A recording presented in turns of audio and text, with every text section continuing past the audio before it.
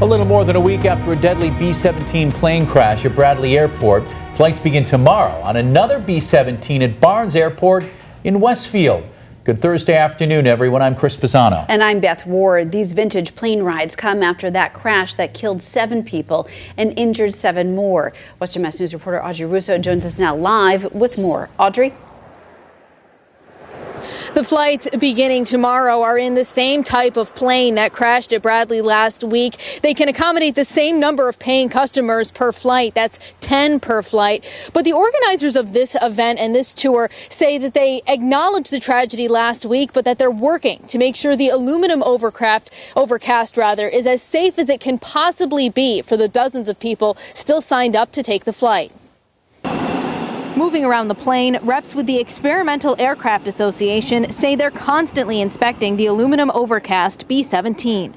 50 in all are signed up to take the flight in the vintage plane at Barnes in Westfield, according to the tour coordinator. They'll say, "I'll still fly if I still have a seat." Why do you think that is? Well, I think there's a couple reasons. One is that so many people have some type of a family connection to Army aviation, and the other is that the aircraft is maintained to the same standards as any other commercial passenger carrying airplane. Stephen Silva was confident that World War II buffs know the extent to which the plane is maintained. But in the wake of last week's deadly B-17 crash at Bradley Airport, he says EAA members are prepared to answer any questions their riders have. We're always prepared to answer questions that people may have about flying on the airplane, where they sit, how they sit, seat belts, all those types of things. How many hours do you have flying a B-17? Flying the B-17, probably 800. The B-17's pilot noted the tragedy, but hopes it won't stop those passionate about World War II history from enjoying one of the last flying fortresses capable of living up to its name. It's hard to even talk about something like that, but yeah, there's risks in everything we do, and just the risk of driving out to this airport.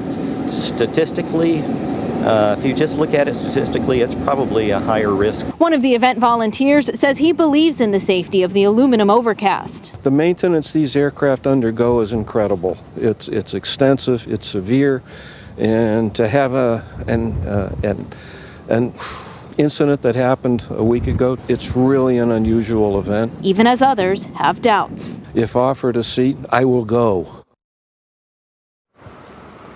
This event comes as the NTSB is finishing up their preliminary report at Bradley International Airport. Some of those details expected to come out as soon as tomorrow. Reporting live, I'm Audrey Russo for Western Mass News.